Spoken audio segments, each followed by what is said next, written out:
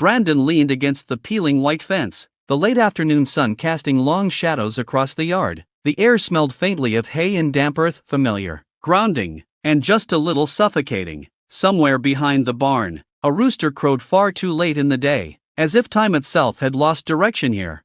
He held his phone in his hand, staring at the tiny face glowing on the screen. A photo, just a photo, but it felt heavier than anything he had ever carried. "My little king," he had typed earlier, his thumb hovering for a long moment before hitting post. It was strange how 3 words could hold so much. When Brandon first heard the news, he didn't react the way he thought he would. There was no cinematic moment, no sudden swell of music, no instant transformation into the man he imagined a father should be. Instead, there was silence. Julia had stood in the kitchen, holding the test with trembling fingers, her eyes searching his face for something: joy, fear, certainty, anything.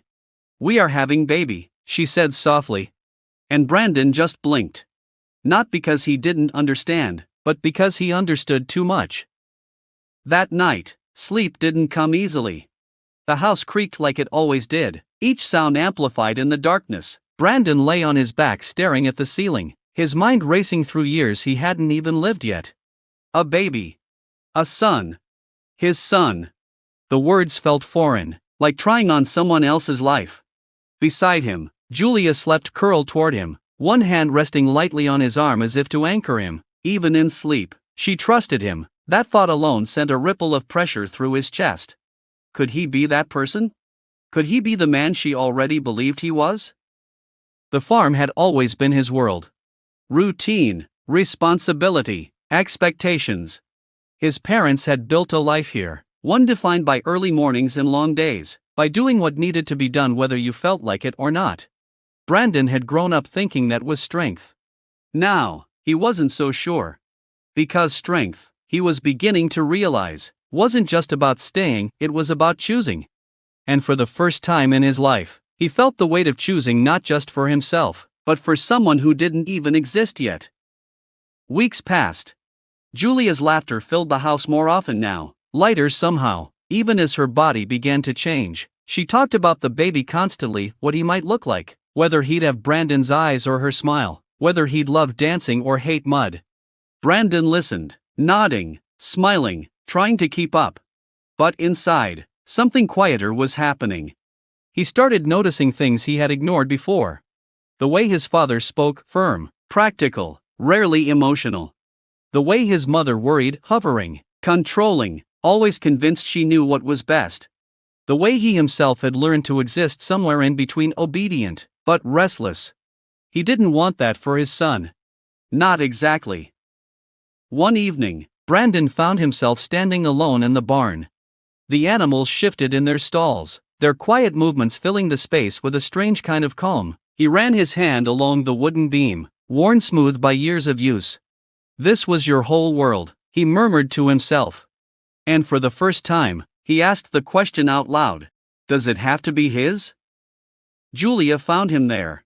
"You disappear again," she teased gently, stepping inside and brushing straw from her dress. "Just thinking," Brandon said. She raised an eyebrow. "Dangerous." He smiled faintly, but it didn't reach his eyes. After a moment, he said, "Do you ever get scared?" Julia didn't answer immediately. Instead, she walked closer, placing his hand on her still flat stomach. "All the time," she said. Brandon exhaled slowly. "Yeah, me too." She looked up at him, her expression soft but steady. "But we do it together, yes?" He nodded. Together. It sounded simple when she said it. The first time Brandon heard the heartbeat, everything changed. It wasn't just a sound. It was fast, rhythmic, alive in a way that felt almost unreal, like a secret message from a world he couldn't see yet but was already a part of. He stared at the monitor, his throat tightening. "That's him," the technician said with a smile. Him. Not an idea, not a possibility. A person. Brandon felt something shift deep inside him, something solid, something undeniable. For the first time, the fear didn't disappear, but it made space for something else. Something stronger. That night, he couldn't stop thinking about it. That tiny heartbeat. That fragile, unstoppable rhythm. He picked up his phone again, scrolling through the ultrasound photos, zooming in as if he could somehow see more than shadows. My little king, he whispered. Not because the baby would rule anything, but because, in Brandon's world, this child already did. Change didn't happen all at once. It came in small, quiet decisions. Brandon started speaking up more, questioning things he would have once accepted without hesitation.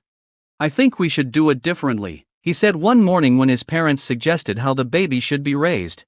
They exchanged surprised glances. Differently how? His mother asked. Brandon hesitated, then answered honestly. I don't know yet, but, our way. It wasn't a rejection of them. It was the beginning of himself. He and Julia began making plans. Real plans. Not just dreams, but steps where they would live, how they would build a life that felt like theirs. They argued sometimes, they laughed more. They learned. And with every conversation, Brandon felt himself becoming something new. Not the boy who stayed because it was easier. Not the man who avoided conflict to keep the peace. But someone who could stand in uncertainty and still move forward. Months later, everything came down to a single moment. A cry. Sharp, sudden, and impossibly loud. Brandon stood frozen as the nurse placed the tiny, wriggling baby into his arms. This is your son, she said. Your son. The words hit differently now. Because this time, there was no distance between the idea and the reality. He looked down at the tiny face, eyes squeezed shut, fists clenched as if already ready to fight the world. And something inside Brandon broke open completely. All the fear, all the doubt, all the questions. They didn't vanish.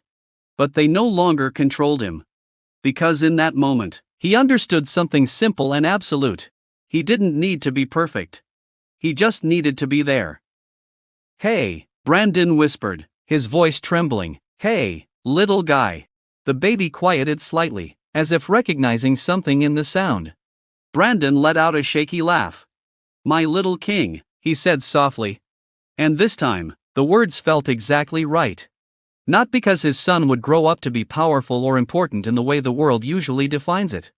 But because he had already changed everything. Later that night, when the room was finally still, Brandon sat beside Julia, who cradled their son with a quiet, exhausted smile. You okay? She asked. Brandon nodded. Yeah, he said, I think I am. He looked at them, his family, and felt something settle into place. Not certainty, but purpose. And for the first time, that was enough.